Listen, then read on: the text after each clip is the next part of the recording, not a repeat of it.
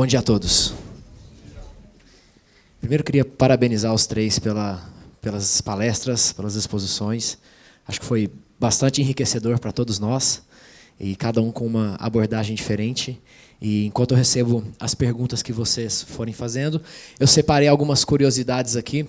Eu queria começar com algo que a gente estava falando antes lá nos bastidores. A gente vê muito sobre cultura, sobre cultura ágil, sobre agile. Isso não é novo, né, como o Pedro trouxe aqui também. O que vocês acreditam, uma pergunta aí para os três, quem quiser começar respondendo, o que vocês acreditam que está supervalorizado, né, e o que está subvalorizado? O que as pessoas não estão olhando e o que as pessoas às vezes estão olhando demais, virou buzzword e, na verdade, não está trazendo tanto resultado? Bom, há um dado que me surpreendeu recentemente. Eu consultei o LinkedIn e vi que havia 3.500 profissionais de RH que se apresentam no LinkedIn como especialistas de RH Agile. E a minha pergunta é, onde é que estão essas práticas Agile para nós termos 3.500 especialistas de RH Agile? Então, esta tendência a fazer deste movimento mais uma moda é natural e isso vai acontecer. O que nós temos, de facto, é que ser rigorosos connosco próprios e atender que nós estamos perante valores e princípios que são, de facto, diferentes. Não é? E como eu disse, quando eu apresentei aqueles dois universos de competências, por um lado temos de ser muito criativos, disruptivos, etc., mas, por outro lado, muito rigorosos, muito data mind, não é? Muito baseados em dados e em coisas concretas. Então, este é o grande desafio, não ir neste movimento por moda e, por outro lado, ser rigoroso na aplicação dos princípios. Eu queria complementar também o que o Pedro disse, porque a gente tem que tomar cuidado com Agile, porque Agile não é sinônimo de velocidade, né? Ser Agile não é não seguir procedimentos, não planejar, não executar com rigor, né? Ser Agile é você conseguir entregar mais valor para o seu cliente no final. É uma mudança da forma de trabalho, é uma mudança de cultura, de princípios, valores, né? Então a gente tem que tomar muito cuidado assim para não deturpar o ágil, né? Porque quando você ouve, eu vou ser ágil, quem que é contra ágil? A própria palavra já diz, né? Vou ser ágil. Mas tem que tomar cuidado assim, o que implica ser ágil, né? Que não significa não seguir procedimentos de RH, de finanças, de segurança, de compliance e tudo. Isso que é importante. O que eu acho que é subavaliado, Thiago, é a dificuldade que é ter pessoas no seu time com uma mentalidade para suportar isso aqui. A nossa maior dificuldade na companhia é ter funcionários que consigam trabalhar numa estrutura não hierarquizada.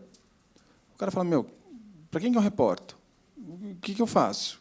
Para que lado que eu vou? O cara precisa ser por si. Então, formar esse cara, e a gente não dá muita atenção a isso, e, no final, as pessoas é que fazem. Né? Então, como ter essa pessoa e como quebrar o mindset das pessoas para isso, eu acho que é subavaliado nas implantações.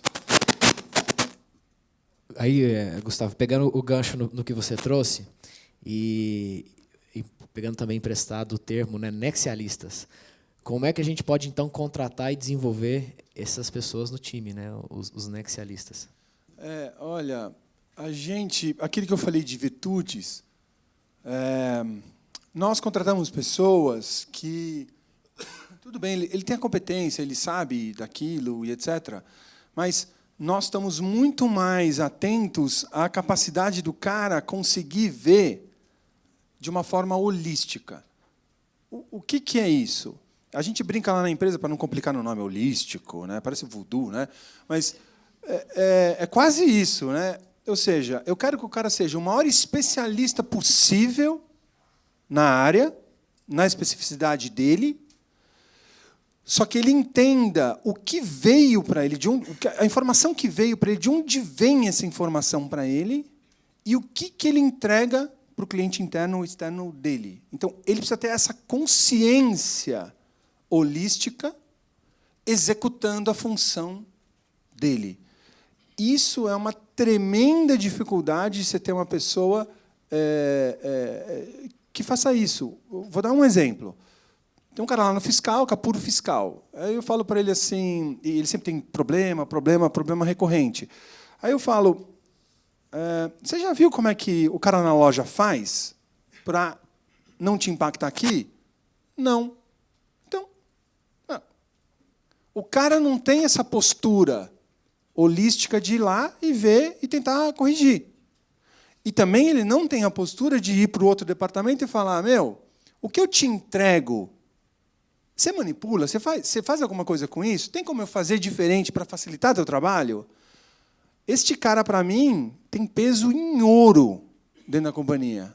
Isso é muito difícil achar. Sem dúvida. Estender a pergunta para o Pedro também. Como é que faz para contratar e desenvolver os nexialistas? Bom, com bola de cristal, não é? Temos, como eu disse, é um recrutamento projetivo e não retrospectivo, não é? O recrutamento tradicional, nós pedimos o currículo da pessoa para saber a experiência profissional anterior e os cursos que ela tinha desenvolvido. Naturalmente que isso tem a importância que tem, não perdeu a importância, mas é muito mais importante hoje nós sabermos os interesses das pessoas e aquilo que as pessoas estão realmente dedicando a sua atenção e o seu tempo. Como eu dei o exemplo durante a palestra, se eu tiver que recrutar um profissional para desenvolver, por exemplo, soluções baseadas em machine learning, inteligência artificial para RH, eu vou ter muita dificuldade de ter alguém preparado no mercado com esse perfil. Então, aquilo que eu vou procurar são as pessoas que neste momento estão a participar em blogs, em fóruns sobre esse tema, porque são pessoas que antecipadamente eu sei que vão me dedicar de facto, bastante atenção a se formarem, a se capacitarem nessa área. E depois, à medida que forem surgindo novas tecnologias, que forem surgindo novas oportunidades de treinamento, essa pessoa se vai capacitando. Então, hoje nós recrutamos profissionais de uma forma projetiva, em relação ao potencial deles para o futuro, e não em relação ao potencial que eles exerceram no passado. E existe algum checklist de qualidades, habilidades? Como é que se faz para entender esse profissional de uma forma projetiva? Tem algum método? Há softwares que nos permitem identificar exatamente, recrutar essas pessoas nas redes sociais e em participações que elas têm de natureza pública, que identificam quem são as pessoas que estão a dedicar a sua atenção de uma forma conjugada entre dedicar a atenção, por exemplo, machine learning, inteligência artificial, RH, processo de recrutamento, etc. E esses softwares permitem identificar nome e endereço dessas pessoas. Portanto, não precisamos de bola de cristal no sentido, digamos assim, do renascimento, mas é uma bola de cristal que está num software das nossas máquinas. Perfeito.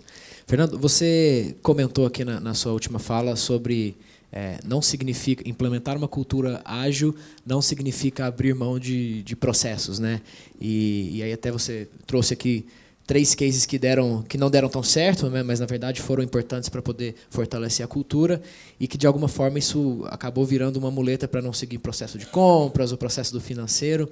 E aí a gente tem uma pergunta da plateia aqui que é como que uma vez que o Agile não precisa de protocolo, né, de certa forma, né, nada é escrito em pedra, então como é que ficam as regras? Na verdade, o Agile, ele existe assim um processo, né? Então, ser ágil não significa que você não vai planejar, você não vai executar. Existem alguns ritos que são regras que você precisa seguir, né? Que são algumas coisas que você não abre mão, né?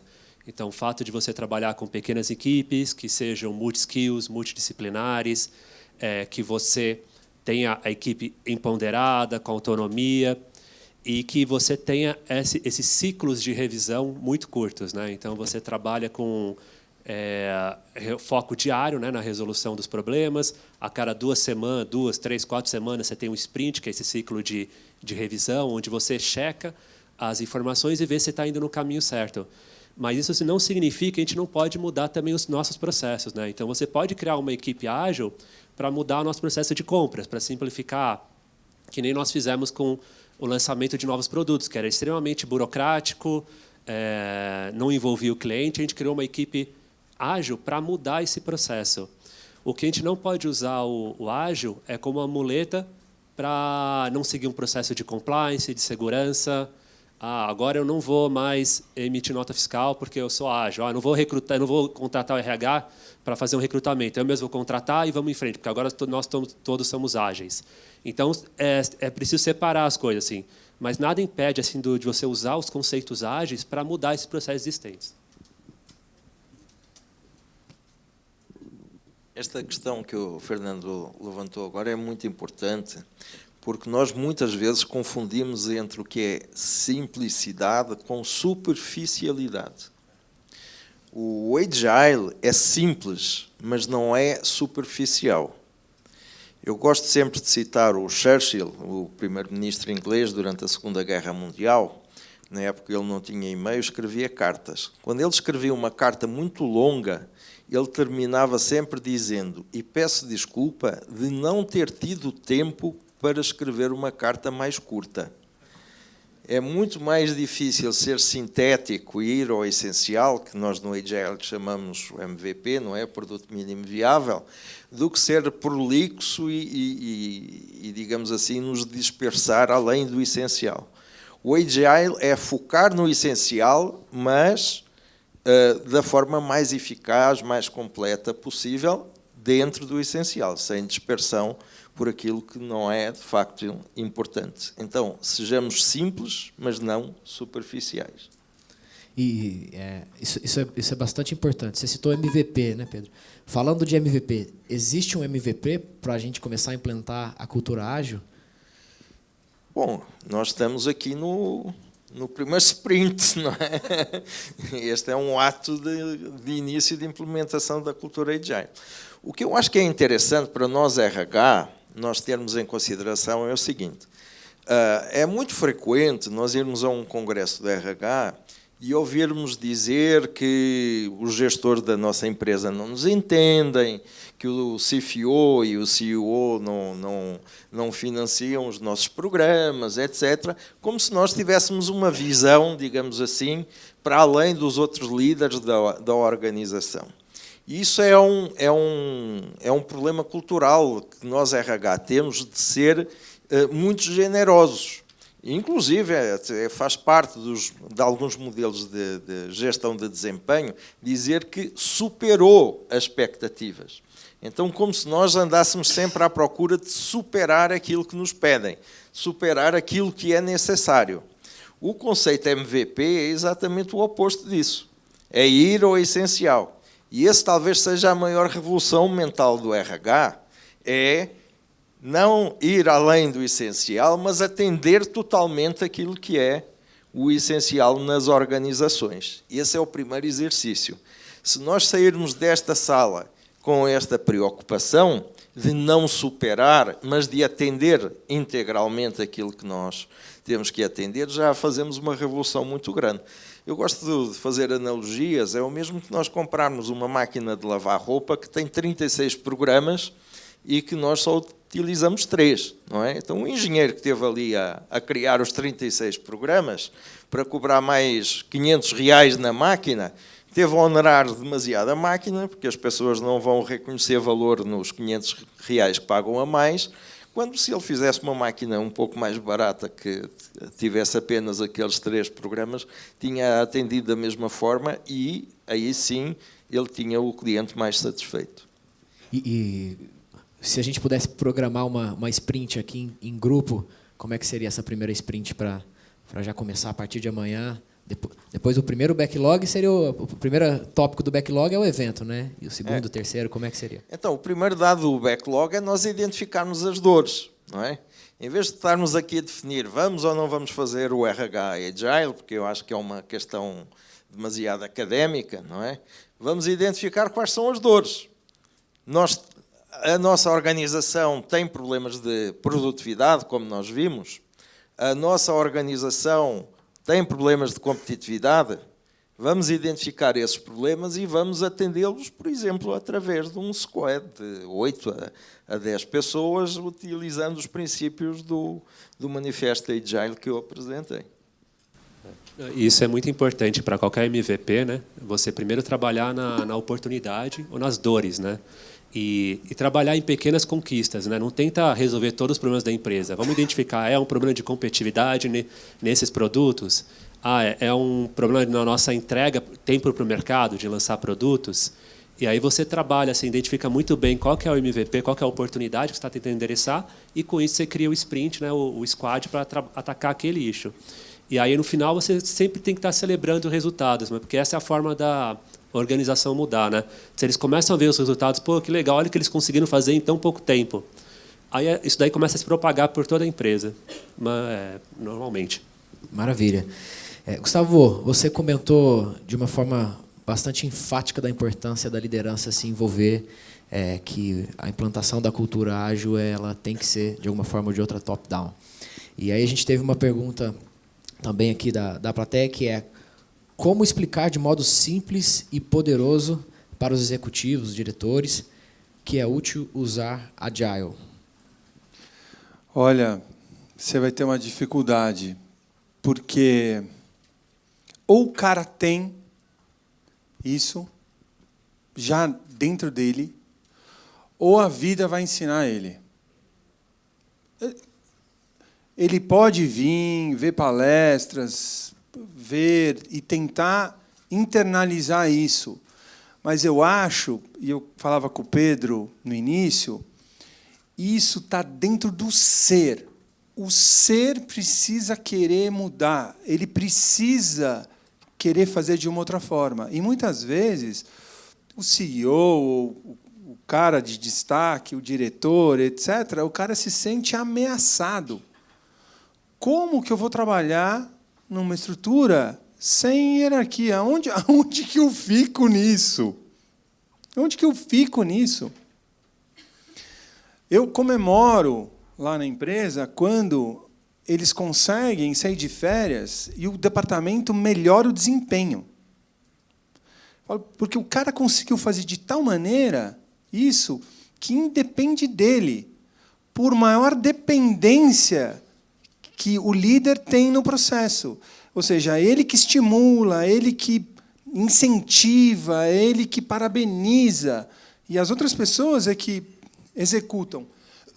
Mas o líder ter isso dentro dele, e ele não achar que ele é o cara e nada acontece se ele não estiver lá, a vida vai ensinar ele que, nessa nova cultura, esse cara está frito. Frito mesmo. Você comentou dos desafios de quebrar a lógica do poder, né, dentro da organização. Conta um pouquinho sobre isso, assim, como é que foi esse processo? O maior poder é não ter poder. Para você conseguir ter ascensão sobre a tua equipe, não é poder, é influência na sua equipe, é o maior poder que você pode ter. E isso você só consegue, na minha visão ali, dando exemplo. Então, você vai lá na tua equipe, os departamentos se mataram ali por questão de poder e etc., e você vai ter que tomar um café lá. A gente chama isso, vamos tomar um café, toma um café, para a gente se alinhar. E, muitas vezes, a liderança tem que proteger as pessoas para não deixar eles se matarem. Porque, se você largar, eles se matam. Né? Então, não, você tem razão, ou tem razão, tem razão, tem razão. Mas, cara, o que a gente precisa resolver aqui? Qual que é o problema? Vamos focar no que é importante. Né? Mas isso tem que vir da liderança. Tem que vir da liderança. O RH vai lá botar band-aid ali no cara, mas tem que vir da liderança. Ter poder é, na verdade, ter influência sobre sua equipe. Isso é a coisa fundamental aí, né, Pedro? Sem dúvida. Não, só complementando, há pessoas que ficam nervosas. Demoraram 20 anos para ter o lugar na garagem do primeiro piso e E depois vem um moleque que sai da faculdade e estaciona na mesma vaga, não é? Não é fácil. E mais uma pergunta da plateia aqui, que está bastante calibrada com o que foi apresentado, né?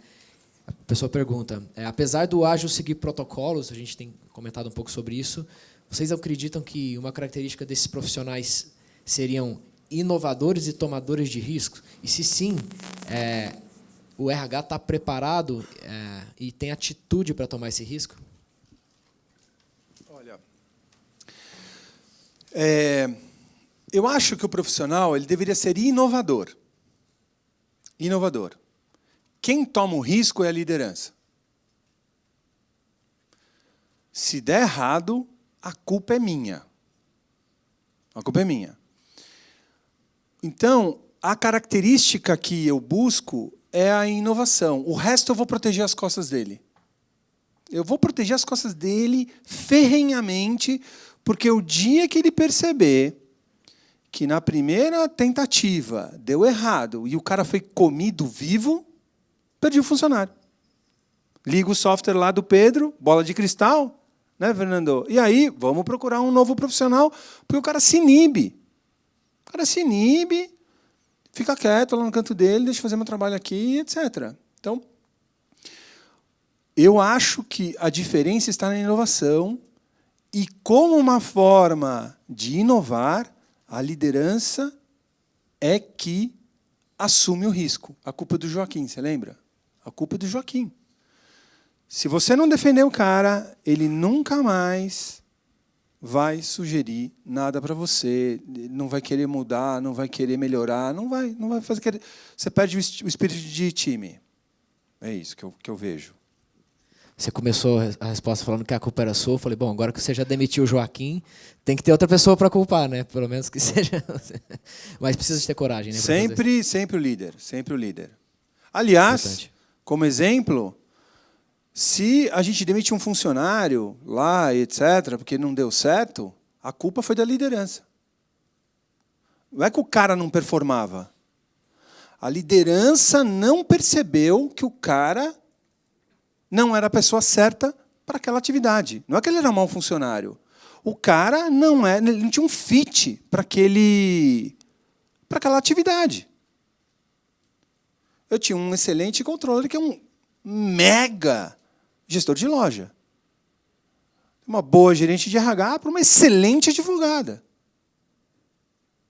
A gente teve um office boy que virou excelente diretor de TI. Diretor de TI. O cara saiu ganhando R$15.000 da companhia. E olha que a gente chegou num ponto que falou, eu não tenho empresa para você, por favor, procure um outro lugar. E eu que fiz isso. Chama o cara. Nossa empresa não tem capacidade para continuar te desenvolvendo. Procure um outro emprego. E, por causa disso, eu tenho um excelente cara de TI novo. Porque esse cara saiu da companhia e vamos fazendo um fluxo das pessoas. Liderança defende pessoas de grande inovação. Para fazer isso, precisa de uma mudança de mindset de verdade. Mindset puro. Você precisa abrir mão do poder. Você precisa abrir mão do poder. Se o cara ainda se defender no poder, o cara da vaga, porque ele quer mandar, ele quer a mesa e etc., dançou, dançou. O cara está frito nesse novo mercado. Acho que a plateia está um pouco preocupada com como achar então essas pessoas com esse mindset ou desenvolver quem já está lá dentro. E a gente tem mais uma pergunta nesse sentido, né, que é qual a quebra de mindset que o setor de RH tem que fazer para chegar nas pessoas certas, para poder tanto preencher essas vagas, né, quanto desenvolver as pessoas, nesse cenário onde existem parceiros, startups, enfim, qual que é essa quebra de mindset que deve, de fato, acontecer para o RH chegar até essas pessoas? Bom, já falamos bastante sobre a quebra de mindset, não é? Se, por exemplo, um processo desse tipo, vamos aplicar os conceitos do Agile. Portanto, em vez de ser o especialista de recrutamento a fazê-lo individualmente, constitui um squad com os clientes internos para identificar exatamente qual é o perfil desse profissional e aonde ir buscá-lo neste sentido projetivo e não retrospectivo. Se fizer isso, o RH demonstra já ter um mindset agile. Não é? Nós trabalhamos, isto é interessante, este universo, porque de um lado somos disruptivos, revolucionários, abertos ao novo, mas por outro lado a cultura agile é muito data mind, é muito baseada em dados, é muito baseada em números, é muito baseada em rigor, não é? Então, gravitar neste universo num sentido e no outro é a dificuldade do mindset do RH. O RH não pode ser aquele RH humanista dos anos 60, enfim, baseado quase no Rousseau, no ser humano puro e generoso, mas também não pode ser o RH mais tecnocrático do RH estratégico que teve início a meados dos anos 90. Tem de ser um RH que consegue conciliar as duas vertentes. Por um lado, aberto ao novo, àquilo que não está estabelecido, àquilo que é disruptivo, e, por outro lado, muito baseado em números, muito baseado em medidas concretas e objetivas para poder tomar as decisões adequadas. Mas eu se fizesse um processo de recrutamento desse sentido, não fazia no departamento de recrutamento fechado, mas criava um squad envolvendo clientes internos, envolvendo clientes externos, no caso de ser possível, envolvendo pessoal com quem esse profissional se ia relacionar dentro da jornada do cliente ou da cadeia de valor geradora de resultado, e aí com certeza ia chegar a uma conclusão muito mais construtiva do que se fizesse apenas internamente no departamento de RH. Você comentou, Pedro, sobre envolvimento do cliente. O Fernando trouxe para a gente um exemplo de cocriação. Como é que funciona isso na prática? E aí a pergunta estendendo para os dois, acho que é talvez a última pergunta pelo nosso tempo. E como é que o RH pode ser protagonista dessa cocriação com o cliente? É sempre importante, quando você define a oportunidade, você definir quem que é o seu cliente, né? Se tanto clientes internos quanto externos. E eles têm que fazer parte desse comitê de revisão, né, do MVP, né, do produto mínimo viável. E o RH ele consegue ajudar isso até não só na identificação do perfil, né, dessas pessoas que vão compor a equipe, mas também assim na identificação desses clientes, assim, principalmente quando a gente está falando de clientes internos. E é muito importante assim que desde o início do MVP, né, do squad, assim, eles sejam envolvidos, né? A gente estava comentando agora de recrutamento, né? Na Ingrid a gente está fazendo também um MVP para recrutamento para os estagiários, que segue esse modelo ágil, um recrutamento às cegas. A gente não olha idade, formação, faculdade. E a gente tem a primeira turma, a gente está buscando um perfil mais empreendedor, mais ágil, inovador. A gente tem a primeira turma começando agora, assim, já com resultados muito positivos.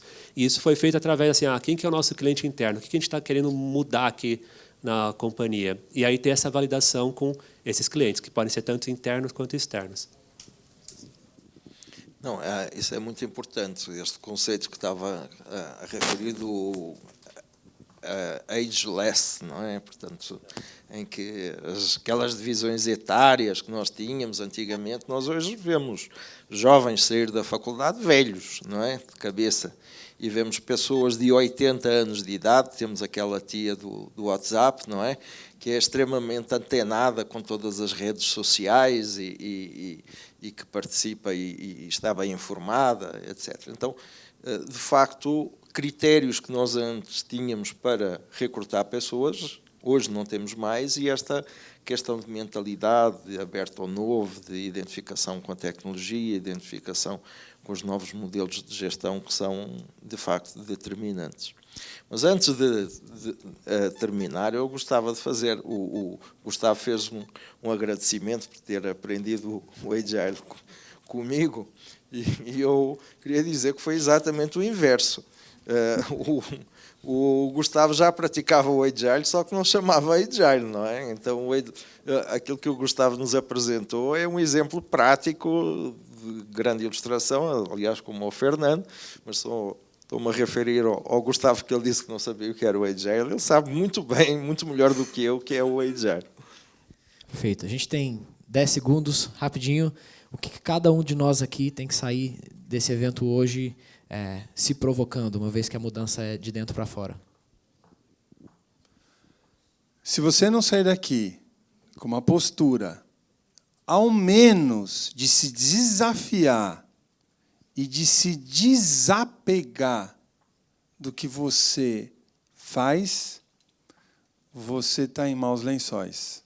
Então, desapega. OLX, né? Desapega. Desapega. Pedro. Quanto tempo temos? Tá dizendo que está esgotado aqui. Bom, se tivéssemos 1 minuto, eu ia pedir para se levantarem e fazer 1 minuto de silêncio pelas organizações e pelos profissionais que não abraçarem imediatamente o Agile, porque estão condenados. Comece com pequenas conquistas, assim. Tenta endereçar um problema de cada vez, assim. Não tenta resolver todos os problemas do mundo, assim.